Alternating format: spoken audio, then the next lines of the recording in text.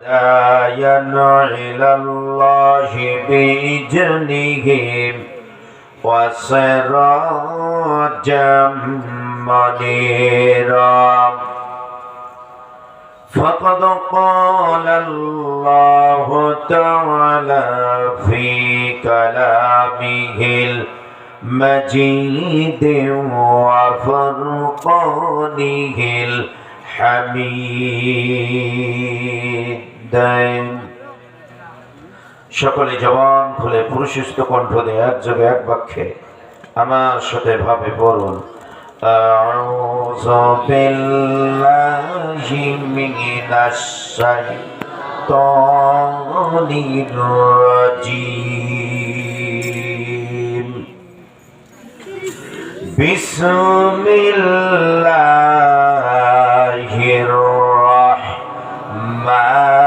রাহমানির রাহিম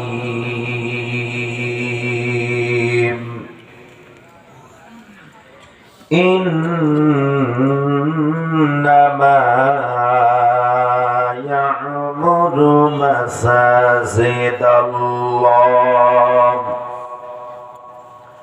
مساجد الله من آمن بالله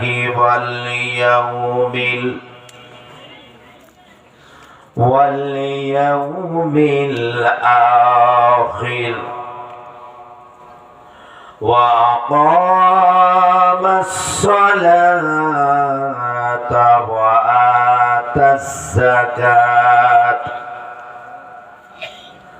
وآتى الزكاة ولم يخش إلا الله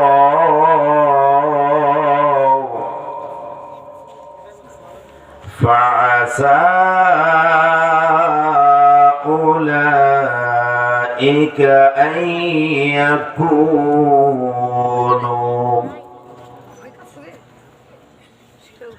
أن يكونوا من المهتدين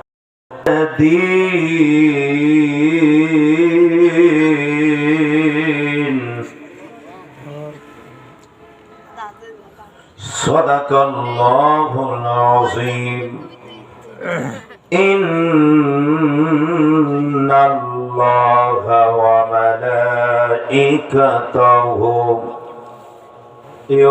يصلون على النبي يا أيها الذين آمنوا صلوا عليه وسلموا تسليما اللهم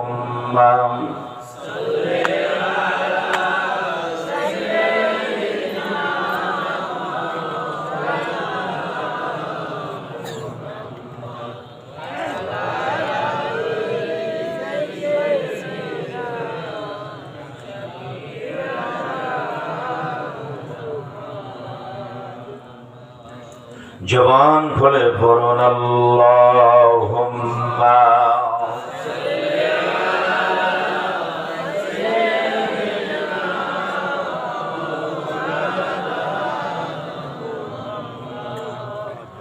ওয়ালা আলিহি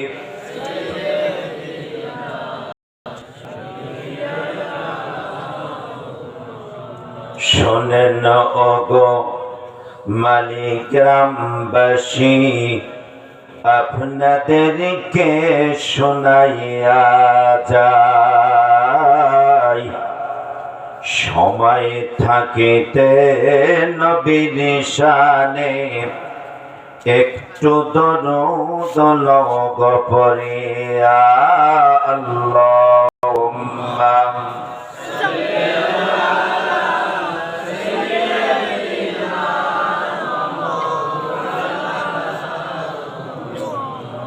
وعلى آله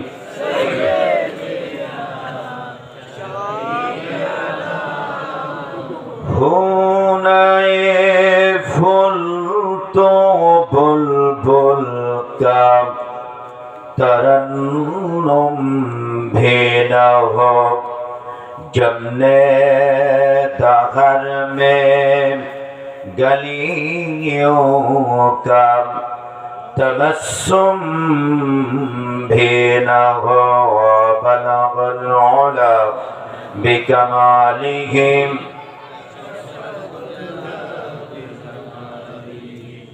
हसनतो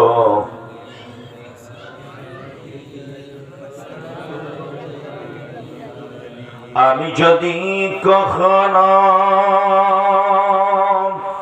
তায়েফে যাই তায়েফের মাটিকে দেখে বলবো নবীজি কোন জড়ালো কোথায় তা যদি বলতে পারে সেটাই গিয়ে প্রতিশোধের দাবানল জনব হেতায় বলগল ওলা বিকামালিহিম কাশাফাত দুজা। কি আপনাদের কণ্ঠকে কেউ কি চেপে ধরেছে? কাশিবা করতে কি কষ্ট হয়? জবান খুলে পড়ুন বলগল ওলা বিকামালিহিম حسنة وجميع خصالهم صلوا عليه মালিগ্রাম মধ্যপাড়া জামি মসজিদ এলাকাবাসীর উদ্যোগে 10তম একদিন বার্ষিকী ঐতিহাসিক তাফসীরুল কোরআন মাহফিলের মাননীয় সভাপতি আপনাদের এলাকার কৃতি সন্তান জনাব মোহাম্মদ দিয়ানত আলী মাস্টার সাহেব, মাহফিল পরিচালনায় হাফেজ মোহাম্মদ জুবাইর হোসেন। আজকের মাহফিলে প্রধান অতিথি হিসাবে উপস্থিত থাকবার কথা, উনি এসেছিলেন, আসেন নাই এখনো, খুব ভালো মানুষ, খানায় খাবার মেহমান আলহাজ আনোয়ার খান সাহেব সহ আরো অতিথিবৃন্দ, আমার ডানে বায়ে নাইবে রাসূল উলামায়ে কেরাম, আমার সামনে তাওহীদের এক অংশ আল্লাহ প্রিয় রাসূল প্রিয় ভাইয়ের আমার উপস্থিত আছেন পর্দা নিশি মা ও বোনেরা, সকলের প্রতি আমার আন্তরিক মোবারকবাদ জানিয়ে আমার কলিজার ভালোবাসা নিংড়ানো সালাম পেশ করছি। সকলের উদ্দেশ্যে বলছি আসসালামু আলাইকুম ওয়া রাহমাতুল্লাহ। আপনারা সকলে কেমন আছেন? জি আলহামদুলিল্লাহ, আপনাদের দোয়ায় ভালো আছি। তবে ভালো থাকবো শেষ পর্যন্ত যদি আপনারা বসে থাকেন ইনশাআল্লাহ। এটা কি মুসলমানের কথা বললেন?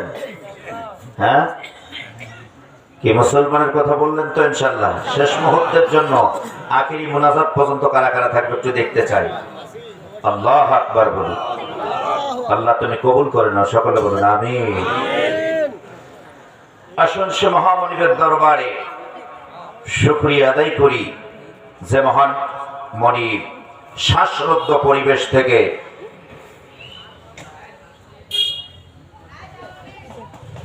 এই ছেলে কি হয়েছে, বসেন। আমি কিন্তু মিজানুর রহমান জেহাদি, যদি খেপে যাই অবস্থা খারাপ আছে। মিয়া সাহেব এল আলোচনা শুরু করি নেই, এটা মমতা চাইছে নেই, যুবক হয়েছে, যুবকের মতন স্ট্রং হয়ে বসে থাকবেন। আগামী দিনে কোরআনের রাজ কায়েম করার জন্য প্রিপারেশন থাকতে হবে। রক্ত যদি চায় আরো রক্ত দিতে হবে, জীবন যদি চায় আরো জীবন দেওয়ার জন্য প্রস্তুত থাকতে হবে। বাংলার জমিনে কোনো রাম বাম, কোনো নাস্তিক, কোনো মোরতাদকে থোয়া যাবে না। আগামী দিন এই কোরআনকে সংবিধান বানাতে হবে। একটা মুসলমানের সন্তান এখান থেকে উঠবেন না। পেশাব বার হলে সিপি ধরে থাকবেন। মমতাজ আসলে, ইয়াসমিন আসলে সিপি ধরে তার গায়ে টাকার হবে। বেহায়া মুসলমান, লজ্জাহীন মুসলমান। আর তাফসীর মাহফিলে আসবে, খুচুর খুচুর শুরু হয়ে যায়, চুলকানি শুরু হয়ে যায়। একটা উঠতে পারবেন না। শুরুই করি দেয় সে মহামণিবের দরবারে শুকরিয়া আদায় করছে যে মহামণি শ্বাসরুদ্ধ পরিবেশ থেকে উন্মুক্ত পরিবেশে যিনি তাফসীর মাহফিলে আসবার বসবার তৌফিক কে করে দিলেন। এই মাহফিলে আসতে কি দুশ্চিন্তা হয় নাই আগে? কোন দিক দিয়ে পালাবো, হুজুর কোন দিক দিয়ে পালাবে, কথা বলে ঠিক কি? কোন দিক দিয়ে পুলিশ আসে, খালি খালি বুঝার নাই, কথা বলেন। তাহলে এই পরিবেশটা কে করে দিয়েছে? কণ্ঠ কে দিয়েছে? জবান কে দিয়েছে? সেই কণ্ঠ দিয়ে সেই জবান দিয়ে শুকরিয়া আদায় করবো কার? এই জন্য জবান খুলে আকাশ বাতাস মুখরিত করে সকলে জবান খুলে বলছি আলহামদুলিল্লাহ। লাখ কোটি দরুদ লাঞ্ছিত বঞ্চিত নিগৃহীত মুসলিম জননেতা মুসলিম মিল্লাতের যোগ্য অভিভাবক গোটা মুসলিম মিল্লাতের কলিজার স্পন্দন আখিরি নবী জনাব মুহাম্মদুর রাসূলুল্লাহ, সকলে বলি সাল্লাল্লাহু আলাইহি ওয়াসাল্লাম। সম্মানিত উপস্থিতি, এই জান্নাতের বাগানে আপনারা আসতে পেরে কতটুকু মর্যাদার অধিকারী লাভ করে ফেলেছেন যদি দেখতে পারতেন। রাতের পর রাত দিনের পর দিন চলে যাইত, কোন মুসলমানের সন্তান রোডে ঘাটে বাহিরে বিছানায় থাকতো না, মাইকের আওয়াজ পাওয়ার সঙ্গে ছুটে আসতো। আসলে দেখতে যা পারে না তা মানতে চায়। কতটুকু মর্যাদার অধিকারী লাভ করেছেন। আল্লাহ রাব্বুল আলামিন বলছেন ওয়াইদা কুরিয়াল কুরআনু ফাসতামিউ লাহু ওয়া আনসিতু লাআল্লাকুম তুরহামুন। আল্লাহু আকবার বলুন। আল্লাহ রাব্বুল আলামিন বললেন তোমাদের সামনে যখন আমার কোরআনুল কারীম প্রেজেন্ট করা হয়, উপস্থিত করা হয়, তোমরা চোখ মেরে শোনো, বাস্তব জীবনে আমল করার চিন্তা গবেষণা করো। আল্লাহ রাব্বুল আলামিন বললেন তোমাদের উপর আমার পক্ষ থেকে সাকিনার বরকত নাযিল করি। ধীরে কোন সুবহানাল্লাহ। কাল সকল ৯টার সময় বলেন, জমা করে থাম আলহামদুলিল্লাহ বলুন। যখন আপনারা কোরআন শোনার জন্য এসেছে, আমার আল্লাহ তাআলা ডাক দিয়ে বলছেন হে বান্দারা, যখন তোমরা কোরআন শোনার জন্য বাসার থেকে একটি পা উত্তোলন করে দিয়েছো, তোমরা তো দেখো না, তোমরা তো জানো না, আমি আল্লাহ সুবহানাহু ওয়া তাআলা দেখতে পাচ্ছি। আসমান এবং জমিনের যতগুলো সৃষ্টিকুল মাখলুকত আছে, সমস্ত সৃষ্টিকুল আর মাখলুকত গুলো তোমার জন্য আমি রব্বুল আলামিনের কাছে দোয়া কামনা করছে। আরো জোরে বলুন। সমস্ত সৃষ্টিকুল মাখলুকত, আপনারা এই ওয়াজ শুনতে এসেছেন, কোরআন শুনতে এসেছেন, সমস্ত সৃষ্টিকুল আর মাখলুকত গুলো আল্লাহ তাআলার দরবারে আপনাদের জন্য আমার জন্য দোয়া করছেন। কোরআন থেকে শুনলেন, ছোট্ট একটু হাদিস থেকে বলি, মূল আলোচনার দিকে চলে যেতে চাচ্ছি। বিশ্ব নবী জনাব মুহাম্মদুর রাসূলুল্লাহ সাল্লাল্লাহু আলাইহি ওয়াসাল্লাম মসজিদে নববীর আঙিনায় আল্লাহর কোরআনুল কারীম তেলাওয়াত করছেন। আর মা শামাউ সিদ্দিকা রাদিয়াল্লাহু তাআলা আনহা দূর থেকে দেখছেন আমার নবীজি যেখানে কোরআনুল কারীম তেলাওয়াত করছেন, আসমান থেকে মুষলধারে বৃষ্টি হচ্ছে। সেই বৃষ্টির মাঝে ভেজে ভেজে আমার নবীজি কোরআনুল কারীম তেলাওয়াত করছেন, আর ভেজে ভেজে সাহাবীরা বিশ্ব নবীজির কণ্ঠে কোরআনুল কারীম শুনছে। আমার নবীজি কোরআনুল কারীমের উপদেশ দিয়ে বাসায় চলে গেলেন।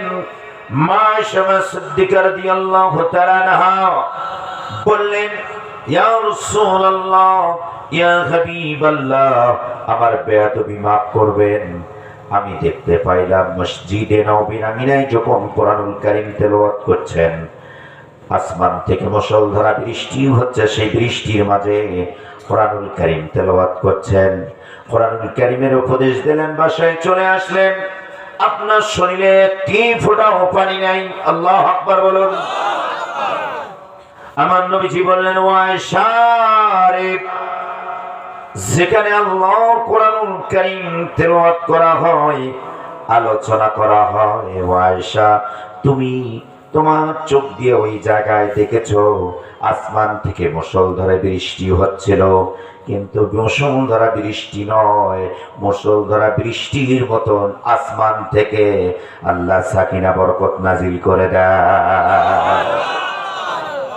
ও আয়েশা তুমি সাক্ষী থাকো, আমার উম্মতেরা কিয়ামতের আগের দিন আল্লাহর নাজিলকৃত কিতাব যখন মন সেজে আলোচনা করবি, আমি নবীজির আদর্শ সম্পর্কে যখন আলোচনা করবে, ও আয়েশা তুমি সাক্ষী থাকো, ওই জায়গাটা আল্লাহ রাব্বুল আলামিন আসমান থেকে বৃষ্টির মতন সাকিনা রহমত বরকত নাজিল করে দিয়ে আল্লাহ ওই জায়গাটা বেষ্টন করে রেখে দেবে।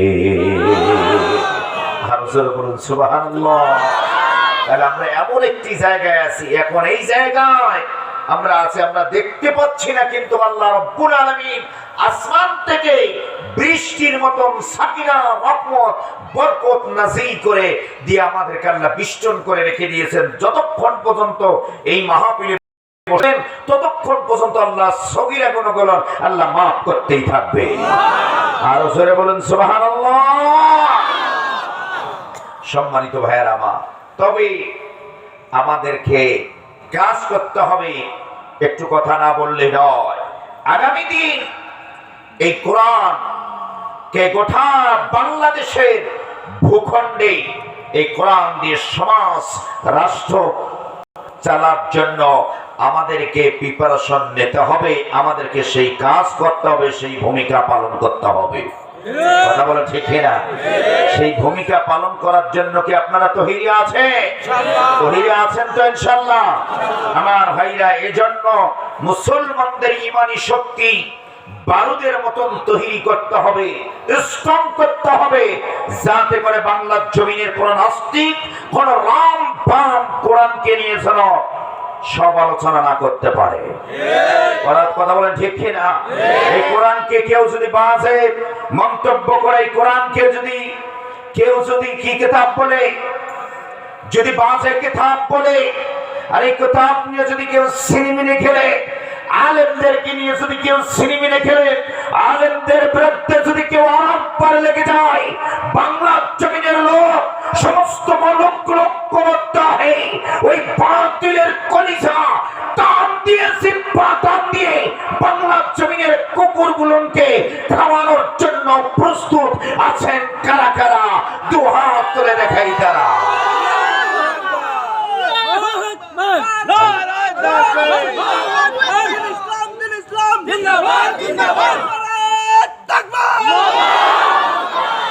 আল্লাহ তুমি কবুল করো, সকলে বলুন আমিন।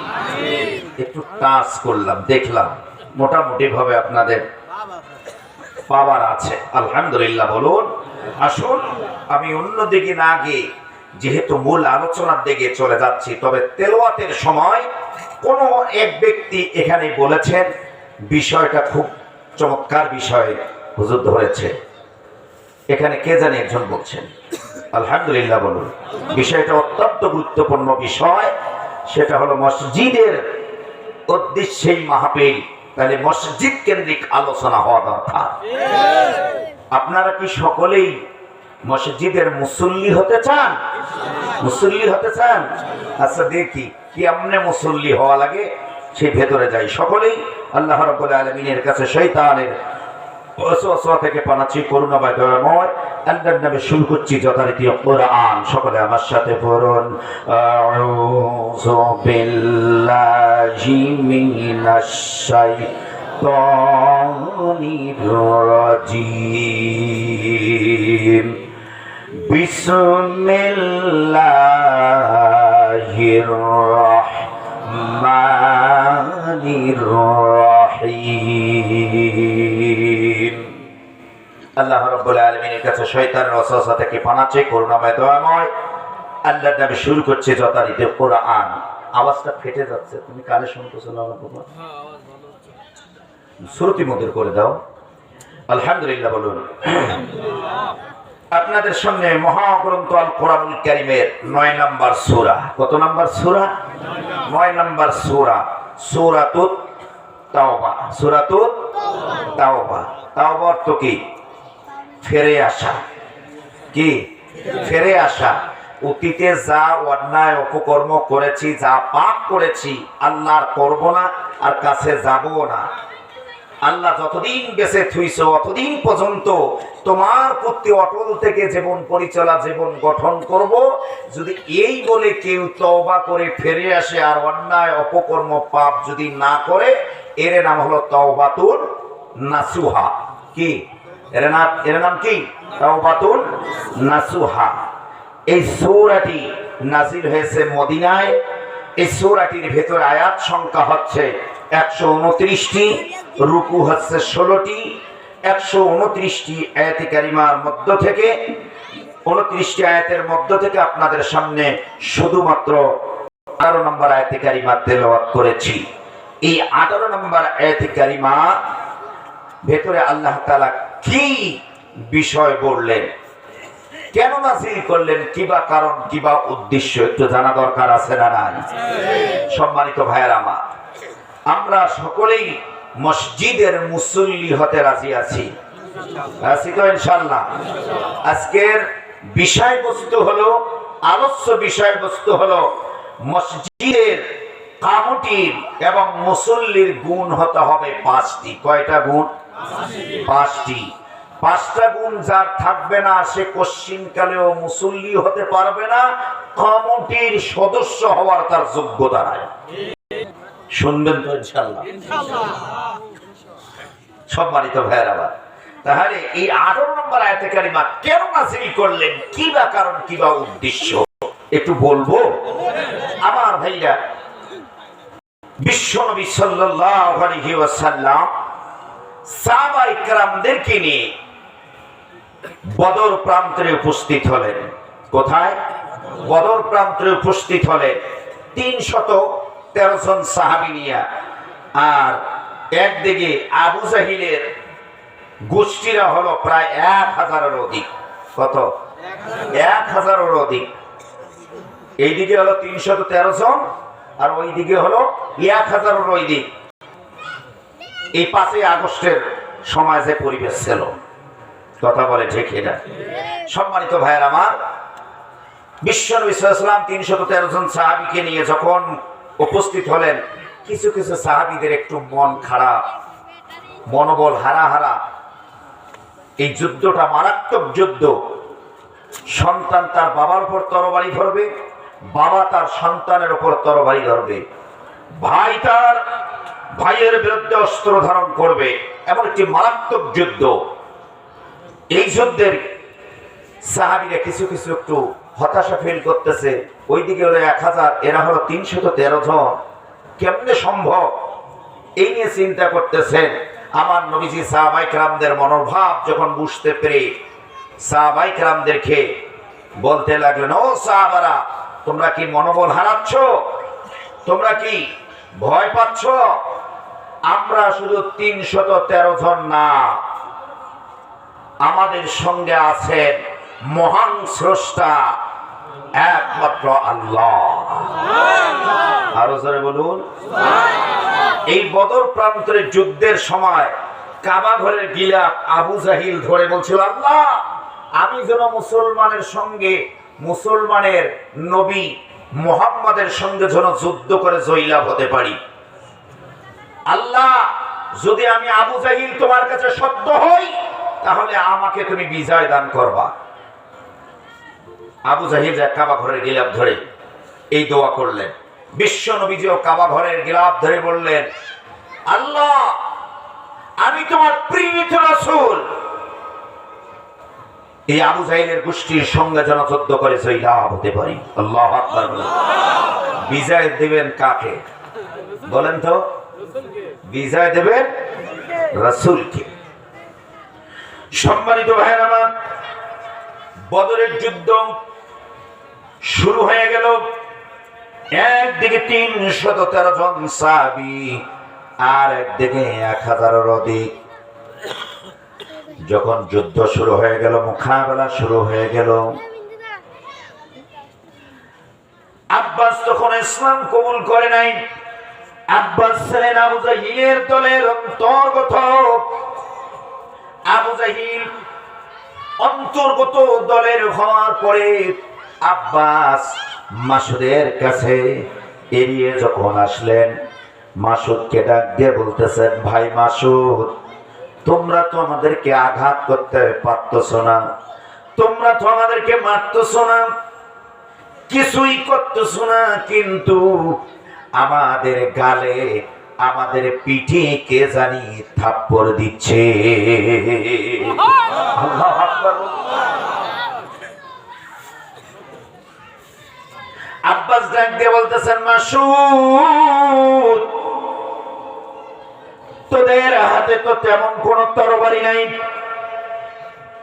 তেমন কোন লাঠি নাই, কিন্তু তোদের হাতে হলো খেজুরের ডাল, আর এই খেজুরের ডাল দিয়ে তোমরা বদর প্রান্তরে যুদ্ধ করার জন্য নেমেছো, কিন্তু যখন তোমরা আল্লাহু আকবারের স্লোগান দাও, কিন্তু তোমাদের হাতে যে খেজুরের ডাল, আমরা কাফের গোষ্ঠীরা দেখতে পাই জমিন থেকে আসমান পর্যন্ত একটা তরবারি হয়ে যায়। বলুন, তরবারি হয়ে যায়। আর এই তরবারি দিয়ে যদি তোমরা যুদ্ধের ময়দানে যদি ঘোরান দাও, তাহলে সমস্ত কাফেরের গর্দান থেকে মাথাটা আলাদা হয়ে যাবে। এই জন্য বদর প্রান্তর থেকে কাফেররা পলায়ন করা শুরু করে দিয়েছে। পলায়ন করতে করতে আমার ভাইরা আব্বাস ময়দান ছেড়ে দিয়েছেন। ছেড়ে দিয়ে হযরত আলী রাদিয়াল্লাহু তাআলা আনহুর বাড়িতে আশ্রয় নিয়েছেন। এখানে অনেক ঘটনা, যেহেতু ওই দিকে গেলে সময় লাগবে। হযরত আলী রাদিয়াল্লাহু তাআলা আনহু বাড়িতে যখন আশ্রয় নিয়েছেন, হযরত আলী রাদিয়াল্লাহু তাআলা আনহু আশ্রয় দেবে না, বলছেন, না না না, আজকে বদর প্রান্তে যারা মুসলমানের সঙ্গে যারা বিপক্ষে যুদ্ধ গ্রহণ করেছে, তাদেরকে আমরা জায়গা দিতে পারবো না। আমার ভাইরা, আব্বাস বললেন, কেন জায়গা দিতে পারবো না? আমি তো তোমাদের আপন বন্ধু, আপন ভাই, আপন আত্মীয়। বলছে, তুমি ঈমান আনো নাই, তুমি মুসলমানের পক্ষে না, এর জন্য তোমাকে আমরা জায়গা দিব না। কথা বলে ঠিক না? 5ই আগস্টের পরে ঠিক এই বাংলার জমিনের একদল গোষ্ঠীকে আপন আত্মীয়রাও জায়গা দেয় না। বদর প্রান্তরের ঘটনা একই, কিন্তু কথা বলে ঠিক না? যারা ইসলামের বিপক্ষে ছিল, জালেমের বিপক্ষে ছিল, আলেমদেরকে তারা ফাঁসি দিয়েছে, আজকে তাদের গোষ্ঠীদেরকে বাংলার জমিনের কোন আত্মীয়রাও জায়গা দেয় না, এমনকি ভারতও আর জায়গা দিতে চায় না। তোরা জায়গা পাবি না, তোদের জায়গা থাকবে না। কথা বলো ঠিক কিনা? যেখানে যাবি তোদেরকে সেখানে গ্রাস করে ফেলবে। কথা বলে ঠিক কিনা? সম্মানিত ভাইয়ের আমার, আব্বাস আলীকে বললেন, তোমরা ঈমান এনেছো আর তোমরা রাসূলের সৈনিক হয়েছো, এই জন্য তোমরা অনেক কিছু মনে করছো, কিন্তু আমি ঈমান না আনলেও, আমি মুসলমানের অন্তর্ভুক্ত না হলে, মুসলমানের চাইতে আমার আমল অনেক গুণে বেশি ভালো। সুবহানাল্লাহ, সুবহানাল্লাহ কওয়া যাবে? নাউজুবিল্লাহ কওয়া লাগবে, কারণ তো ওরা ইসলামে কবুল করে নাই। আব্বাস এখন ইসলাম কবুল করেছে। বলছে আব্বাস আলীকে বলছে, আমি ঈমান না আনলে হবে কি, তোমাদের চাইতে আমার আমল অনেক গুণে বেশি ভালো। এখানে একজন বেধর্মী যদি উঠে বলে মুসলমানের চাইতে আমার আমল অনেক বেশি ভালো, মেনে নেবেন? হযরত আলী রাদিয়াল্লাহু তাআলা আনহু ডাক দিয়ে বললেন, আব্বাস তোমার আমল কেমনে ভালো হলো? আব্বাস ডাক দিয়ে বললেন, আমার আমল এই জন্য ভালো, যখন হাজিরা হজ করার জন্য কাবা ঘরে যায়, আমি কাবা ঘর রক্ষণাবেক্ষণ করি এবং হাজিদের উজুর পানি এগিয়ে দেই। এই জন্য আমি ঈমান না আনলেও মুসলমানের চাইতে আমার আমল অনেক বেশি ভালো। হযরতে আলী রাদিয়াল্লাহু তাআলা আব্বাসের সঙ্গে তর্কে গেলেন না, এর সলিউশনটা নেওয়ার জন্য বিশ্ব নবীজির কাছে চলে গেলেন। বিশ্ব নবীজিকে সমস্ত ঘটনা, আব্বাসের ঘটনা খুলে খুলে বললেন। আমার নবীজি কিছুই জানে না, আমার আল্লাহ না জানালে, এই কথা বলেন ঠিক কিনা? আমার আল্লাহ না জানালে আমার নবীজি কিন্তু কিছুই জানে না। আর বাংলা জমিনে এমন কিছু ভণ্ড পীর আছে, এমন কিছু আছে, তারা বলে আমার বাবার মুরিদ হলে নামাজ রোজা কিছুই লাগে না। কথা বলে কি বলে না? আবার কি বলে জানেন? বাবা পানি নিচে আগুন জ্বলে, বাবা পানির নিচে আগুন জ্বলে, সেই আগুন তো ঝড় বাতাসে নেবে না। আমার বাবার মুরিদ হলে নামাজ রোজা কিছুই লাগে না। আছে না নাই? আমি বলি থামো, আর কয়েকটা দিন কোরআন দিয়ে যেদিন রাষ্ট্র পরিচালনা হবে, তোদের মতন আগে পীরগুলোকে সাইজ করা হবে বাংলার জমিনে। এইগুলোকে নিয়ে নাস্তিক মোর্তাদের আজকে মুসলমানদের উপর নির্যাতিত, নিষ্পেষিত, নিগৃহীত চালিয়েছিল। কথা বলেন ঠিক কিনা? আমার ভাইরা, বিশ্ব নবী সাল্লাল্লাহু আলাইহি ওয়াসাল্লাম আব্বাসের যখন কোন প্রশ্নের জবাব দিতে পারলেন না, তখন সেজদায় পড়ে গেলেন। সেজদায় পড়ে গিয়ে চোখের পানি যখন ছেড়ে দিয়ে কাঁদতে থাকলেন, আল্লাহ রাব্বুল আলামিন জিবরাইল আমিনকে ডাক দিয়ে বললেন, জিবরাইল আমিন, আর বসে থাকার সময় নাই, যাও যাও যাও, আমার নবীর কাছে চলে যাও। আমার নবীর কাছে সূরা তাওবার 18 নম্বর আয়াতে কারিমা নাযিল করে দাও। আমার নবীজিকে সিজদা থেকে মাথা উত্তোলন করতে বলো। আমার নবীজিকে এই আয়াতে কারিমা নিয়ে আব্বাসের কাছে চলে যাক, আব্বাসের দাঁত ভাঙা জবাব দেওয়ার জন্য। আরো সরে বলুন, আগামী দিন কোরআন দিয়া জবাব দেওয়া হবে, দাঁত ভাঙা জবাব। বিশ্ব ইসলাম সিজদাত থেকে উঠলেন। সিজদাত থেকে ওঠার পরে জিবরাইল আমিন বললেন, ইয়া রাসূলুল্লাহ, যা, আপনার কাছে সূরা তাওবার 18 নম্বর আয়াতে কারিমা নাযিল হয়ে গেল। আমার নবীজি সাল্লাল্লাহু আলাইহি ওয়াসাল্লাম সূরা তাওবার 18 নম্বর আয়াতে কারিমা নিয়ে আব্বাসের কাছে চলে গেলেন। আব্বাস বিশ্ব নবীজিকে দেখলেন।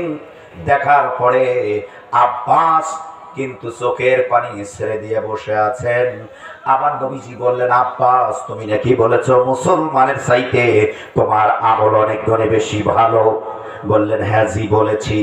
আমার ভাইয়া, তখনকার কাফেররা এক চোখে সত্য কথা বলেছে, আর বাংলার জমিনে মুসলমানের ঘরে জন্মগ্রহণ হওয়ার পরেও কিছু মুনাফিক মার্কা মুসলমান, এরা কথায় কথায় মিথ্যা কথা বলে।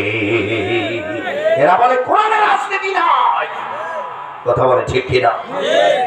আমার ভাইয়া আব্বাসকে ডাক দিয়ে বললেন, আব্বাস, তোমার আমল কেমনে ভালো হলো? বললেন, আমার আমল বলছি, মসজিদের রক্ষণাবেক্ষণ করি, কাবা ঘর দেখাশোনা করি।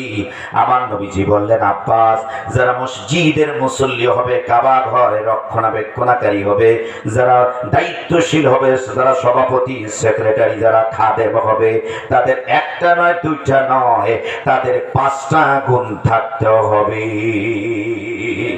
কয়টা গুণ? আব্বাস ডাক দিয়ে বললেন, ইয়া রাসূলুল্লাহ, ইয়া হাবিবাল্লাহ, 1 নাম্বার গুণটা একটু তাড়াতাড়ি বলে দেবেন। আমি যেহেতু খানায় কাবা রক্ষণাবেক্ষণ করি, খানায় কাবার চাবি যেহেতু আমার কাছে আছে, তাড়াতাড়ি করে আপনি 1 নাম্বার গুণটা বলে দেন। আল্লাহ রাব্বুল আলামিনের এবার নাযিলকৃত আয়াতে কারিমা আব্বাসকে শোনাতে থাকলেন। আমার নবীজি তেলাওয়াত করলেন। আপনারাও আমার সাথে একটু তেলাওয়াত করতে পারলে বলুন, ইন্নামা ইয়া'মুরু মাসাজিদাল্লাহ।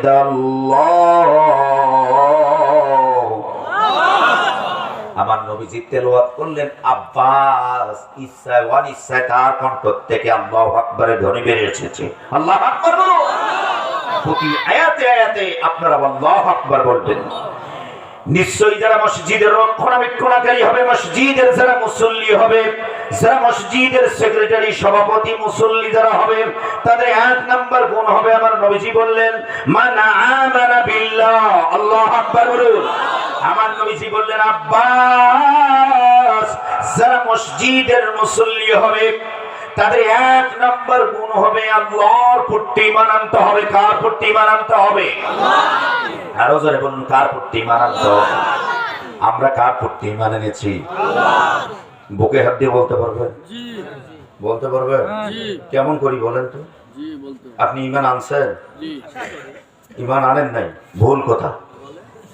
ঈমান আনেন নাই, একটা মুসলমান আমরা ঈমান আনি। আমরা ঈমান পড়ি পেয়েছি। প্রমাণ, আমার বাবা মুসলমান, তার বাবা মুসলমান, তার বাবা মুসলমান, তার বাবা মুসলমান, তার বাবা মুসলমান। ওই শর্তে আমরা মুসলমানের ঘরে জন্মগ্রহণ করার কারণে আমরা হলাম নিজেকে ঈমানদার দাবি করি। কথা বলে ঠিক কিনা? বুঝাতে পেরেছি?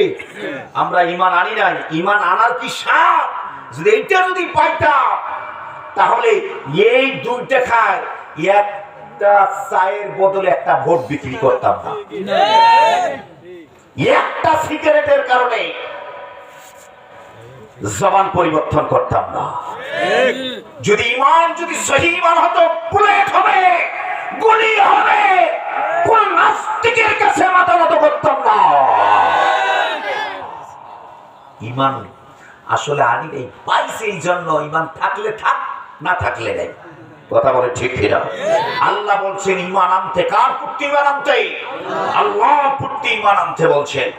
আমার ভাইরা এবার মনে করেন আপনারা ঈমান এনেছেন, আমি তর্কে যাচ্ছি না, আপনারা ঈমান এনেছেন, এখন ঈমান ভঙ্গের কারণ আছে না নাই?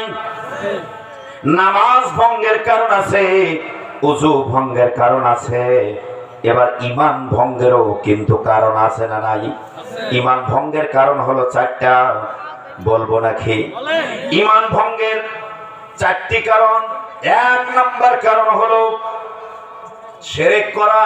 এক নাম্বার কি? শিরক করা। আমার ভাইরা, আমরা যে মুসলমানের ঘরে সন্তান সর্বদা কিন্তু শিরক করে থাকি। কথা বলেন ঠিক কিনা? মনে করেন আমার পাশে কেউ তো নাই, কি আপনি উদাহরণ দেবেন, একজন নেতা 10 কেজি চাউল দিল, এই গরিব বেটা চাউলটা নিয়ে যে খেয়ে পরের দিন সকালবেলা এসে বলল, ভাই তুমি যদি চাউলটা না দিতা আমার সন্তানরা না খেয়ে রাত যাপন করতো। কথা বলেন ঠিক কিনা? বলার তো ভাই আল্লাহ তাআলা আপনাকে ওসিলা হিসেবে পাঠিয়েছে।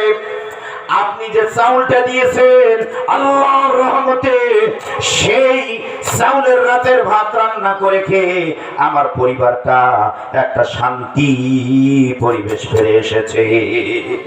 আল্লাহু আকবার বলো। আমরা শিরক করি কেমনে?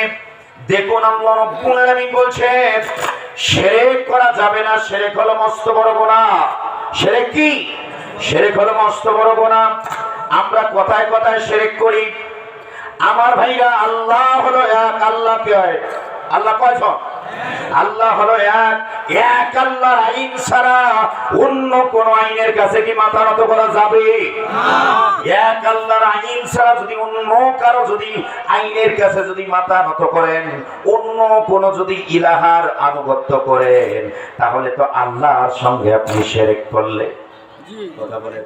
মসজিদে নামাজ পড়ি আল্লাহ, রোজা করি আল্লাহ, হজ করি আল্লাহ, যাকাত দেই আল্লাহ, কিন্তু মসজিদ থেকে বাইরে আল্লাহর আইন বাদ দিয়া লেলিন কালমার আইনের কাছে মাথা নত করে দেই। কথা বলেন ঠিক কিনা?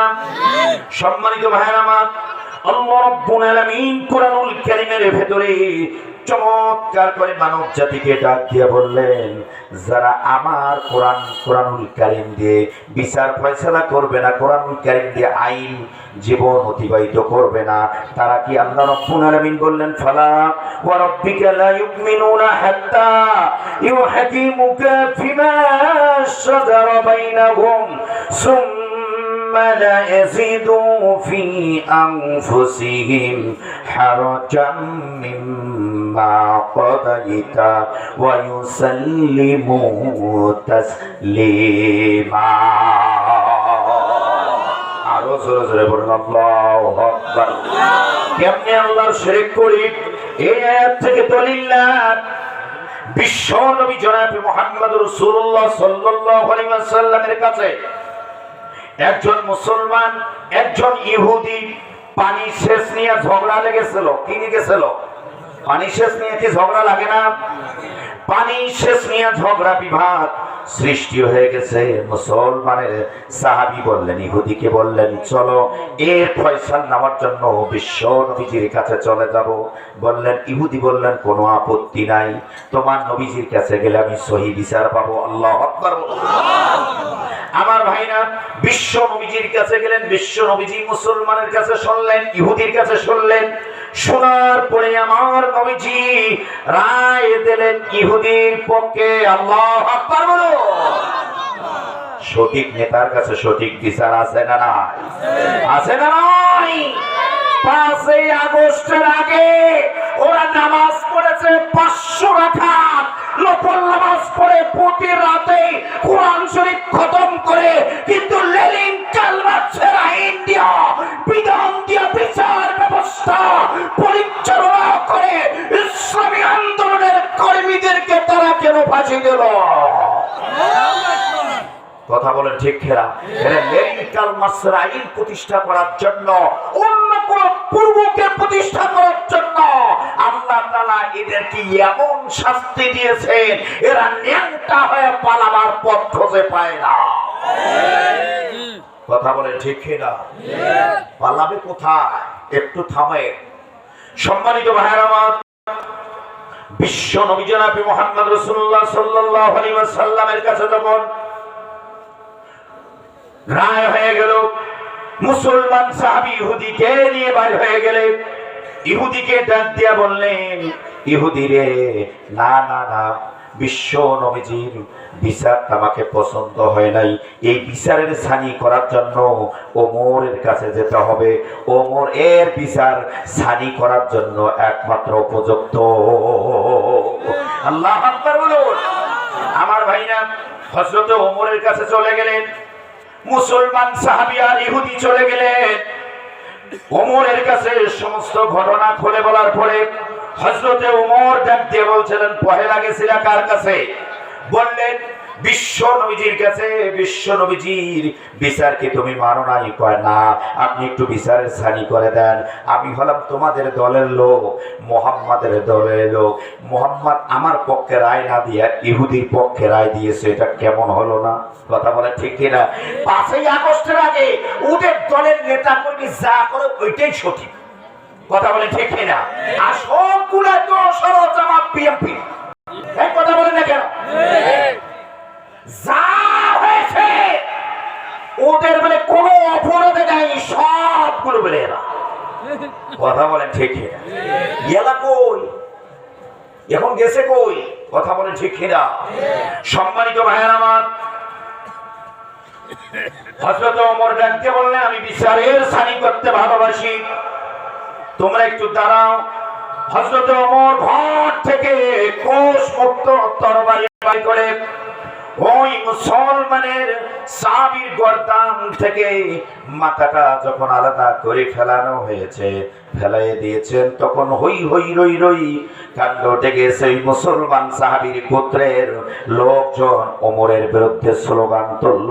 স্লোগান তুলে বিশ্ব নবীজির কাছে চলে গেলেন, বললেন, ইয়া রাসূলুল্লাহ, মুসলমান হয়ে মুসলমানকে হত্যা করলো, ওমরের বিচার চাই।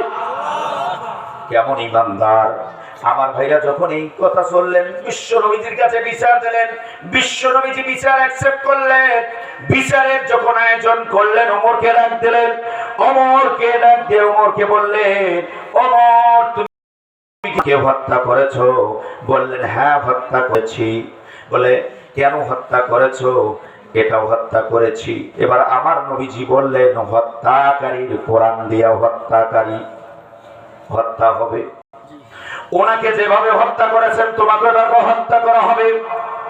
হযরতে ওমর কোনো কথা বলেন না, চুপচাপ হয়ে আছেন। বিশ্ব নবীজি রায় দেবেন ভাব।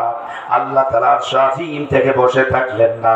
আল্লাহ তাআলা জিবরাইল আমিনকে পাঠিয়ে দিলেন, যাও যাও যাও আমার নবীজির উপর কোরআনুল কারীমের আয়াতে কারিমা নাযিল করে দাও। সূরা নিসা 65 নম্বর আয়াতে কারিমা আল্লাহ নাযিল করে দিয়ে আমার নবীজির আল্লাহ বিচারের সমাধান দিয়ে দিলেন।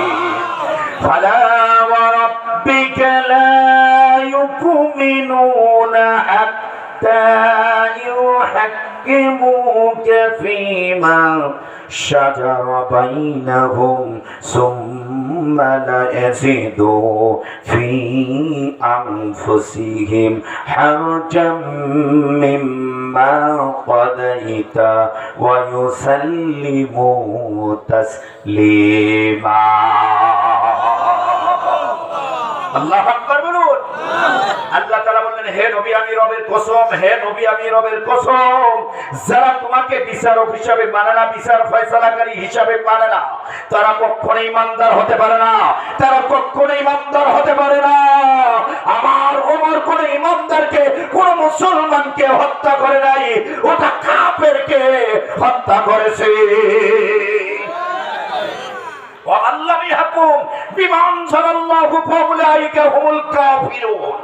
আল্লাহ তাআলা আরেক জায়গায় বলছেন, ফাউলাইকা হুমুজ জালিমুন ফাউলাইকা হুমুল ফাসিকুন।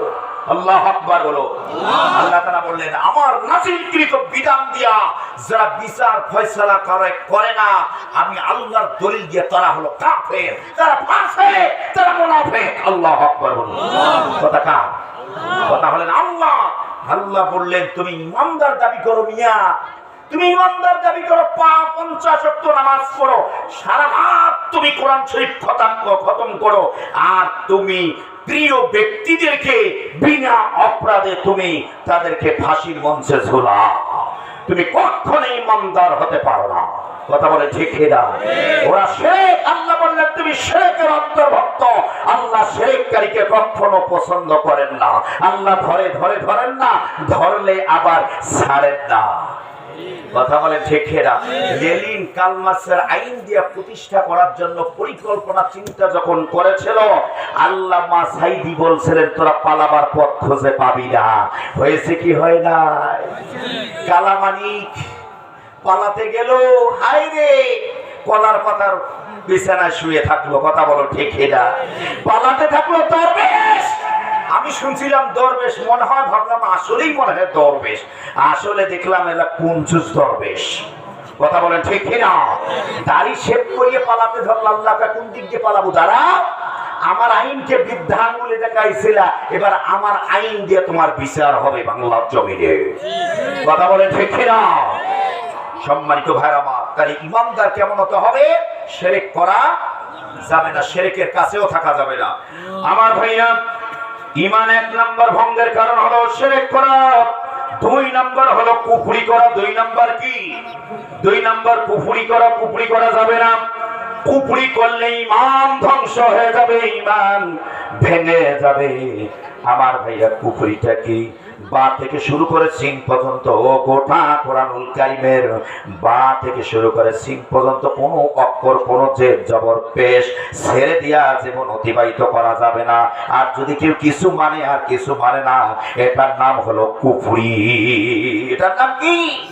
এটার নাম হলো কুফরি। আল্লাহ রাব্বুল আলামিন কোরআনুল কারীমের ভেতরে চমৎকার করে বললেন, ইন্নামাল মুমিনুনা আল্লাযীনা আমানু বিল্লাহ ওয়া রাসূলিহি সুম্মা লাম ইয়ারতাবু ওয়া জাহাদু বিআমওয়ালিহিম ওয়া আনফুসিহিম أنفسهم في سبيل الله أولئك هم الصادقون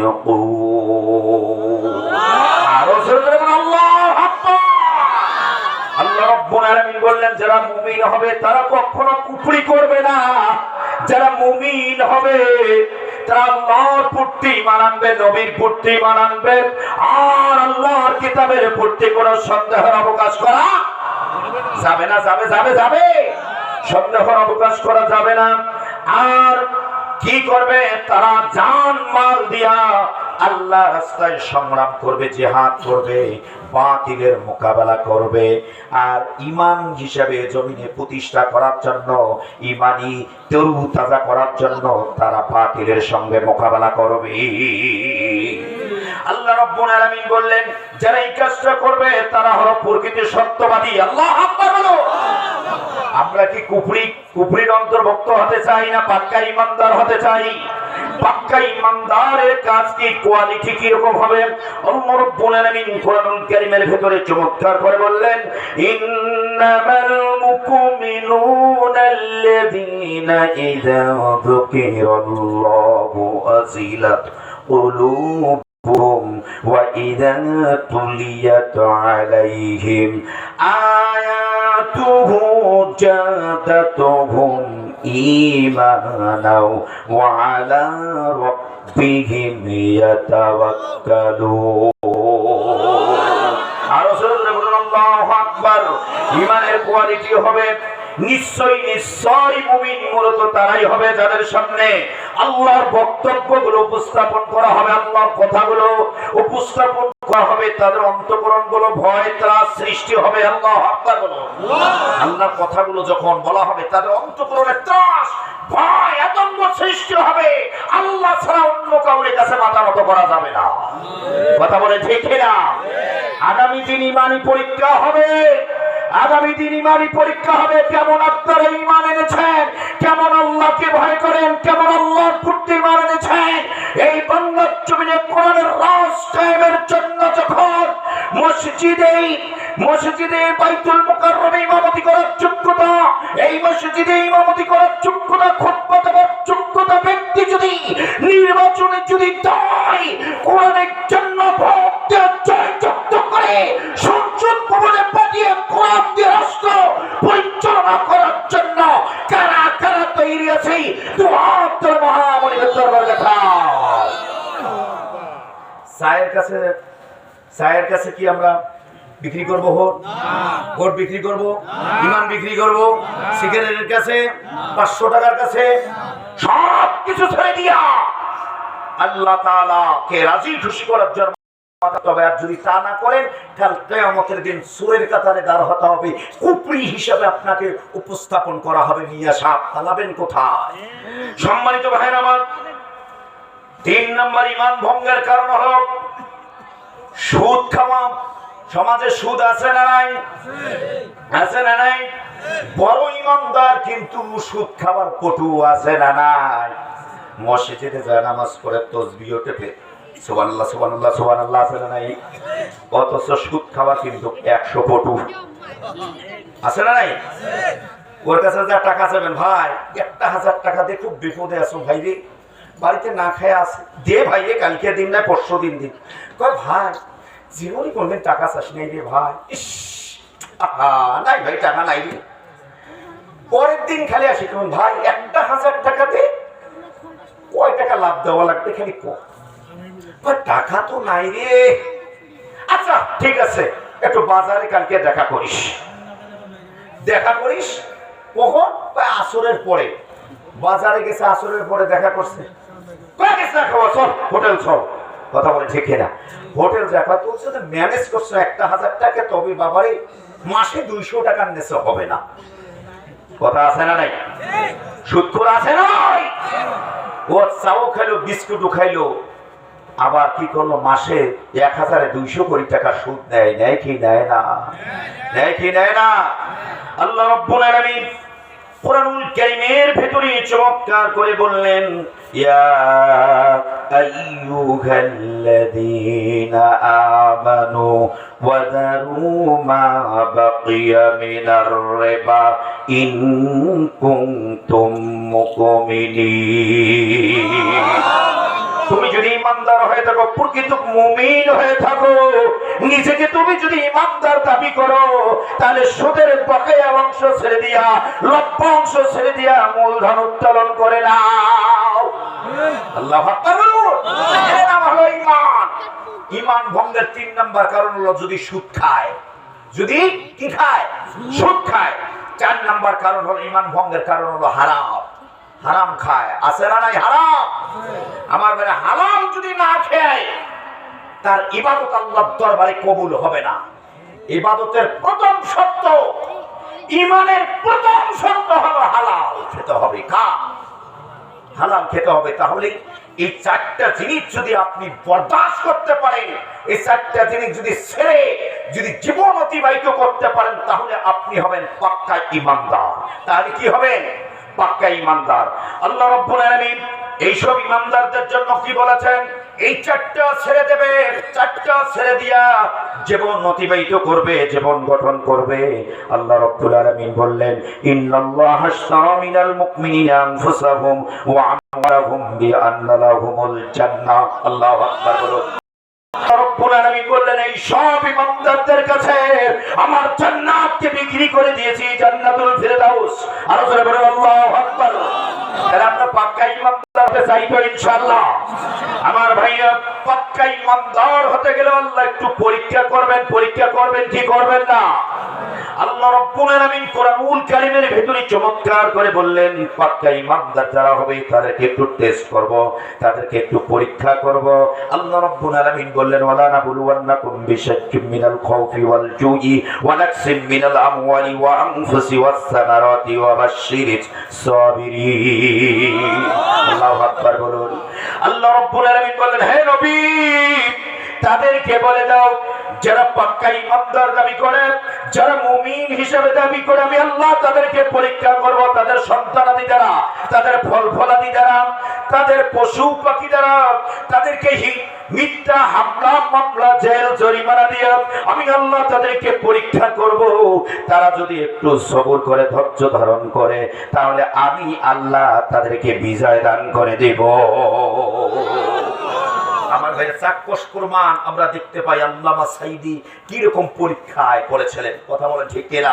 13টি বছর এই মানুষটাকে জেলে বন্দী করে রাখলো।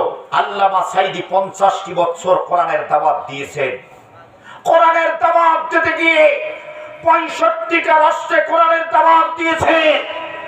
এইটার দাওয়াতের মিশন ছিল এই জমিন থেকে তাগুতকে বিদায় করে দিয়ে আল্লাহর জমিন, আল্লাহর দ্বীন প্রতিষ্ঠা করার জন্য, আল্লাহর আইনকে বাস্তবায়ন করার জন্য। এইটার ভূমিকা ছিল, কথা বলেন ঠিক কিনা? এক শ্রেণীর মানুষদের সহ্য হলো না।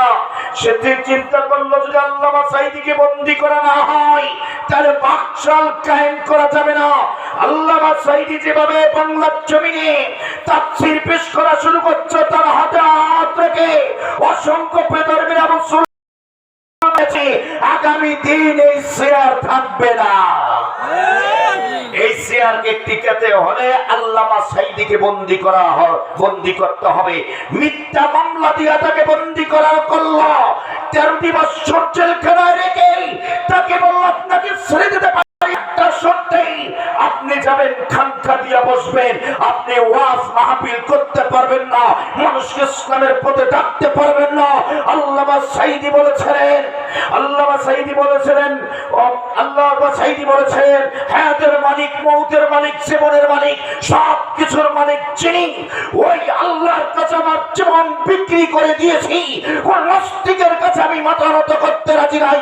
আমি শহীদ হতে রাজি আছি, জীবন দিতে রাজি আছি, বাতিলের কাছে মাথা নত করতে রাজি নাই। বাংলার জমিনে কোরআনের রাজ কায়েম করার জন্য আমি সাঈদী না, লক্ষ সাঈদীর জীবন দিতে রাজি আছি। কথা বলেন ঠিক কিনা? তারপরে কি মাথা নত করেছে? এটা খাসা ইমানদার পরীক্ষা। এইটা হলো সাচ্চা ইমানদার। এই ইমান আমাদেরকে আনতে হবে। কেমন ইমান আনতে হবে? ও মুসলমানেরা, হযরত জাফর রাদিয়াল্লাহু তাআলা আনহু যুদ্ধের ময়দানের তামামা বেজে গেল, যুদ্ধের ঘোষণা হয়ে গেল। আমার নবীজি বললেন, যাও তোমার স্ত্রী পুত্রের কাছ থেকে বিদায় নিয়ে আসো। হযরত জাফর রাদিয়াল্লাহু তাআলা